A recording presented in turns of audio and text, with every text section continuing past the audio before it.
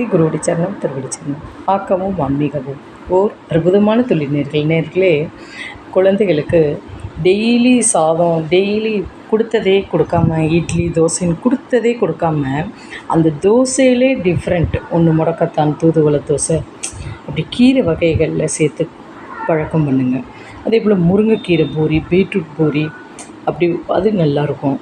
சட்னியில் அதே தேங்காய் சட்னி இல்லாமல் டிஃப்ரெண்ட்டாக கொடுத்தோம்னா குழந்தைகள் விரும்பி சாப்பிடும். அதில் இன்றைக்கி முதல் ஹெல்த்தி என்னன்னு கேட்டிங்கன்னா, ராகியை பற்றி தெரிஞ்சுக்குவோம். ராகியை நல்லா கொஞ்சோண்டு ஒரு கப் மாவில் கெட்டியாக கரைச்சி வச்சுக்கோங்க.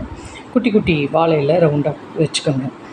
நல்ல நட்ஸு குழந்தைகளுக்கு ரொம்ப பிடிக்கும். நட்ஸை நல்லா என்ன வகை நட்ஸு இருக்கோ அதை ரெடி பண்ணி வச்சுக்கோங்க. கொஞ்சோண்டு 2 வாழைப்பழத்தை ஒரு ஆவி வேக விடுங்க. அதாவது நேந்திரம்பழம், நாட்டு சர்க்கரையை போட்டு நல்லா மெல்ட் பண்ணிவிட்டு இந்த மசிச்சு வாழைப்பழத்தையும் அதில் போடுங்க. இந்த நட்ஸு பொடியும் போட்டுருங்க. போட்டுட்டு அதுக்கப்புறம் இந்த வாழை இலையில் இந்த ராகியை எழுதிடுங்க. சின்ன வாழை இலை போதும். ஒரு தோசை மாதிரி எழுதிட்டு அதுக்கப்புறம் நடுவில் அந்த பூர்ணத்தை வச்சுட்டு வாழை இலையை குப்புறக்க அப்போ ஷேப் அரை சர்க்கிள் அதை அப்படியே நிறைய வேக வச்சிங்கன்னு வச்சுக்கோங்களேன். குழந்தைகளுக்கு அப்படியே வாழை இலையோடு கொடுக்கலாம். ஒரு 3 பீஸ் போதுமே.